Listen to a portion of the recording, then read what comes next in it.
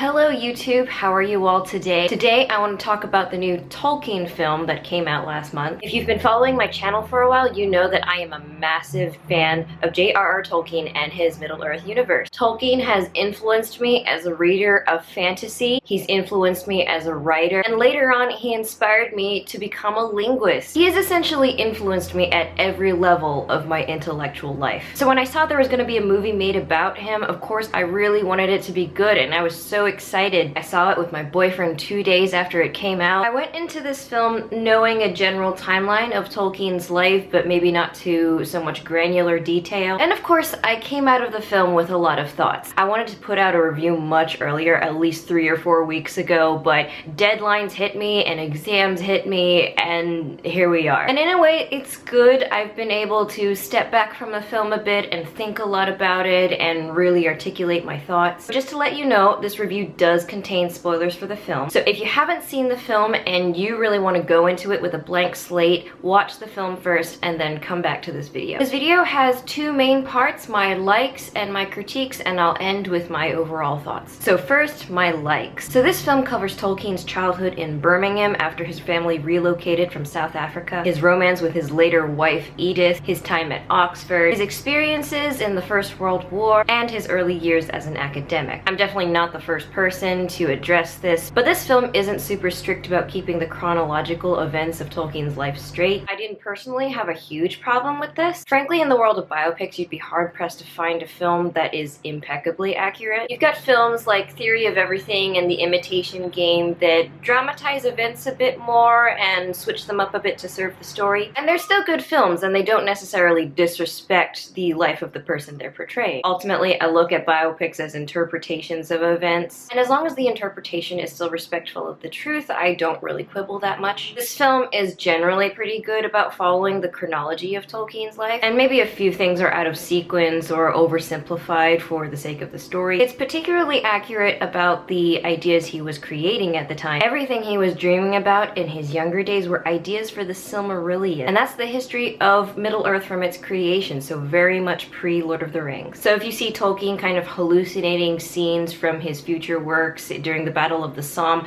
that's stuff from the Silmarillion. So I thought it was a really nice touch that they were true to that stage of his creativity and writing. Some events like Tolkien's experiences, especially in the Great War, were super dramatized and probably not true to his character. He's made out to be more reckless in that situation than he probably was in life. I didn't take much issue with that, not quite as much as some aspects of that part of his experiences, which I will address in my critiques. All the way through, I really liked the way the film found ways to show how stories contributed to Tolkien's childhood, his active imagination, and later on influenced Middle-earth. As a creator, I can really appreciate how an active imagination can enhance the way you see the world, and I think the film did that really well with the way it was shot. I especially really like how this film is really true to the creative process. This is one of the main criticisms I had of Bohemian Rhapsody, Freddie Mercury's biopic. They seem to show songs and riffs popping into Queen band members' heads and being birthed genius and fantastic. But that's not true to how the creation of art works. It's a long process that culminates in the evolution of ideas, the artist's experiences, the media they consume, and I really liked that they showed this creative evolution in Tolkien's head over the years, and that these ideas didn't just spring from his mind fully formed. I'll make several comparisons to Bohemian Rhapsody in this review, if only to compare how artists and creativity are shown on film. And I do admire films that are able to do that with relative success. As a linguist, I love the conversations about language in this movie. When I was studying linguistics, we discussed the idea that speech sounds themselves are in fact arbitrary, and humans are the ones who construct meaning around them. This idea is discussed to an extent in the film. Tolkien has several conversations with his wife Edith about language and meaning, and later on with his professor and mentor, Professor Wright, at Oxford. And with the latter, they went more into depth about the evolution of language. I liked how this showed Tolkien's passion for language, both as a hobby and an academic discipline. It shows not only how his love of language contributed to the development of Middle-earth, but it also showed how his intellectual life extended outside of Middle-earth. Because Middle-earth was the product of a lot of legends that Tolkien read, but language is the true root from which Middle-earth was grown. Without language, there is no Middle-earth, and that's really important to understand. It's also interesting to see how language was studied before linguistics as we know it now became an academic field. This was before the study of language was a proper science, which anyone who's dabbled in linguistics can tell you. Tolkien was a philologist, and philology focuses more on the reading of old texts and tracing the development of language that way. These days, philology is not quite as prominent as linguistics as an academic field. It's more often lumped in with fields like historical linguistics. But of course, in Tolkien's university days, we didn't have a Noam Chomsky yet. Some of the moments I enjoyed the most in this film were the ones that really poignantly showed Tolkien's situation in life. That moment when he tries to take Edith to the opera, but he can't because he doesn't have enough money. And Tolkien is trying to count out the individual pennies from his pocket. That scene was just too real. I think a lot of us have been, under certain circumstances, so strapped that we couldn't afford experiences and things we really wanted, even when they were for people we care about. And that's a real hit to your personal dignity. And scenes like that were so good because you could see how that motivated Tolkien to reach for better things in life. Now, to head into some controversial territory. So a lot of reviewers noted and even criticized the fact that the film doesn't delve into Tolkien's religion. If you have some familiarity with Tolkien's life, you know that he was a very devout Catholic. So much so that a lot of subtle Catholic imagery can be found in Lord of the Rings. And at first I thought this was a really peculiar decision because it influenced his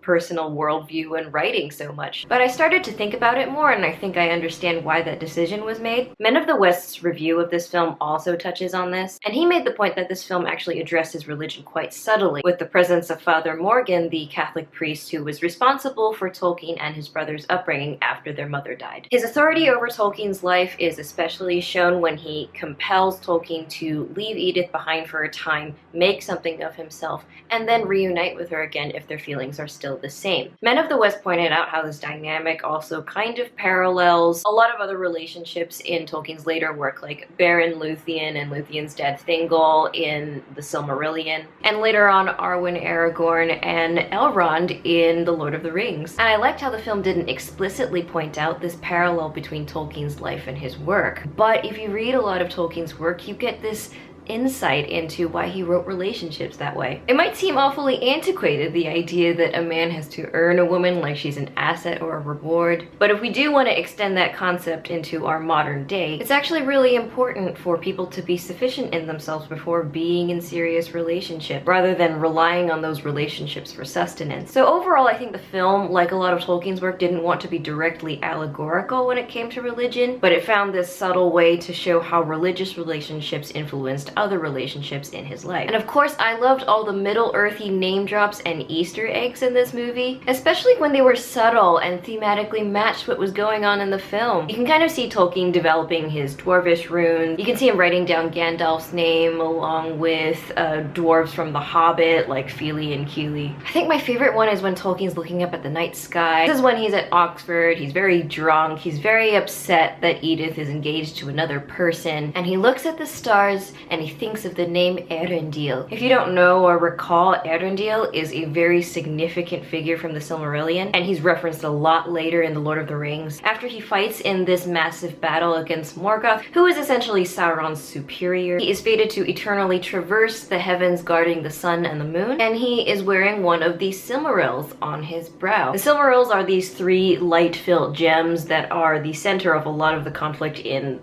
the Silmarillion. So Erendil is in the sky wearing one of these gems, and he becomes known as the elves' most beloved star. And later on in The Lord of the Rings, Galadriel gives Frodo a vial of water, and this water is infused with Erendil's light. So I really liked that the film decided to show off the inspiration for this character and have the stars be a beacon of hope to Tolkien later on when he's in the Battle of the Somme. And of course, I liked a lot of the acting performances in this film. Nicholas Hoult plays Tolkien with a lot of grace. You may know him as Beast from the new generation of X-Men.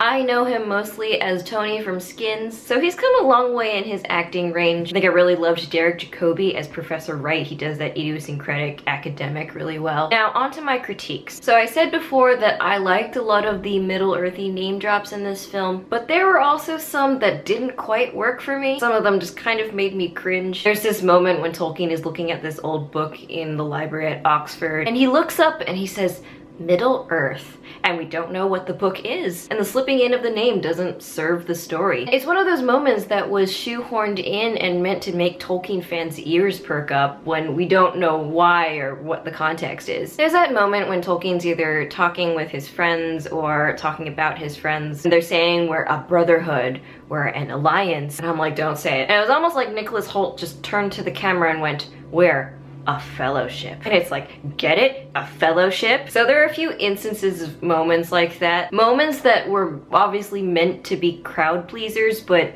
felt really abrupt or forced. As for Tolkien's childhood friends TCBS, I understand that they were very important to his early development and how much he valued friendships and creative relationships. But my impression is that this film doesn't know what to do with TCBS despite spending a lot of time on them, except maybe Jeffrey Smith. Each one does kind of go through kind of a character arc, but not enough to warrant the time the film gives them. It's a shame really, because they actually seem like quite interesting characters sometimes even more interesting than Tolkien. And yet they're not done enough justice. Like Robert Gilson, he's the headmaster's son. He has to learn to own his artistic talent and stand up to his dad. But then that stuff isn't really revisited again. And then we learn he's died in the war, and that feels anticlimactic. Even with Jeffrey Smith, he's portrayed as being closest to Tolkien, and there's allusion with him being kind of alienated from his family because they can't really accept his poetic talent. But the character himself doesn't undergo a lot of change before also dying in the war, so it doesn't seem like he gets the depth that he deserves. So in the end, when we learn that half of Tolkien's friends have died, it doesn't quite pack the emotional punch that it should have, because having a lot of your friends die is really tragic. Frankly, I think the film should have just cut some of the runtime on Tolkien's childhood friends and TCBS, and then just given it to Tolkien's time as an academic at Oxford, where he later met up with his circle of literary friends, the Inklings. And of course, the Inklings included figures like C.S. Lewis of Narnia fame, and they were also crucial to the later development of The Lord of the Rings. And I feel that would have completed the film's theme about friendship and fellowship, and also nicely bookended Tolkien's arc of losing one set of close friends and finding another set of close friends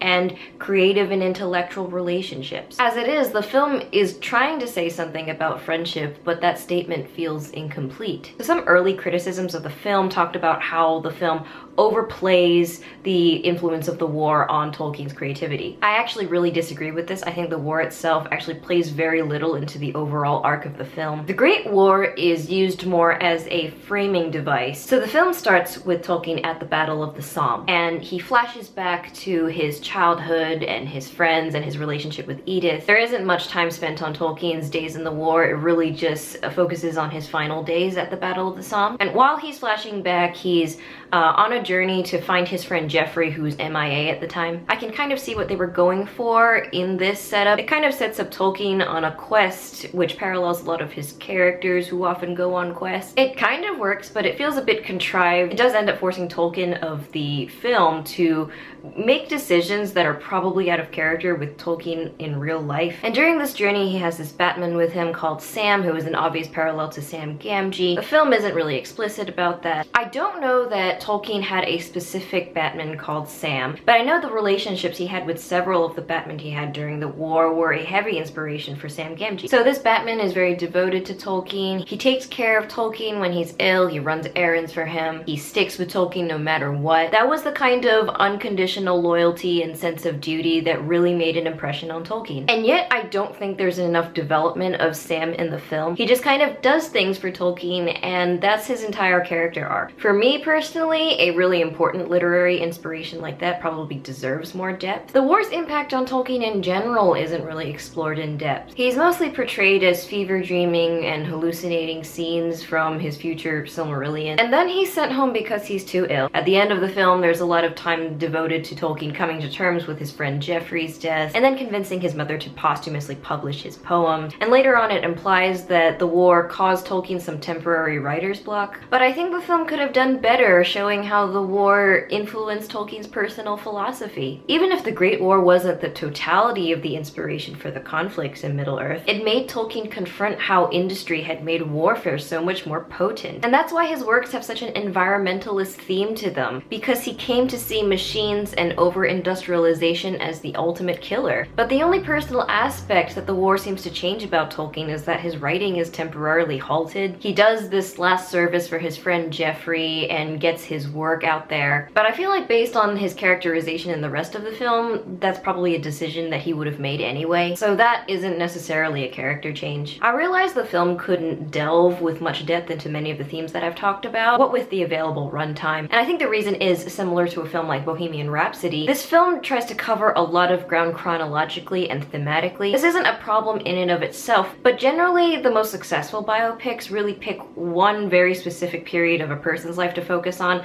or they bring one or two themes of a person's life to the foreground. This film doesn't have a chronological or thematic focus, really. It tries to cover Tolkien's friends, his relationship with his wife, and his writing and the war. So the film can't properly develop any theme as deeply as it deserves. You can't have that many honest and poignant scenes like the one I pointed out earlier, which earnestly show Tolkien's situation in life. And that, along with a lot of the shoehorned in Middle-earth references, often made me feel like I was watching a movie about a legend rather than a man, which was also my problem with Bohemian Rhapsody. His ultimate literary achievements, even if they're not explicitly shown in the film, end up subsuming a lot of the intellectual labor and internal development he went through to achieve them. And that's a shame, because this is the man who built all of Middle-earth. He changed the face of high fantasy, and he deserves that character depth, which by virtue of how this film was written couldn't quite give him. So here are my overall thoughts. This is by no means a bad film. It's still a fairly competent take on Tolkien's life, and of course I'd still recommend Tolkien's fans to watch it, but I think its lack of thematic focus prevents it from being a great film instead of just a competent one, and there are a lot of things that I would personally change about it. A lot of people's assessments is that this film is kind of for people who love Tolkien's work but don't know much about Tolkien, and I'd say this assessment is correct. For an in-depth character study of him, you'd probably be better served reading one of his biographies. So those are my thoughts on the film Tolkien. Let me know your thoughts on the film in the comments if you saw it. Did you like it? Did you hate it? In the meantime, follow me on Twitter and Goodreads,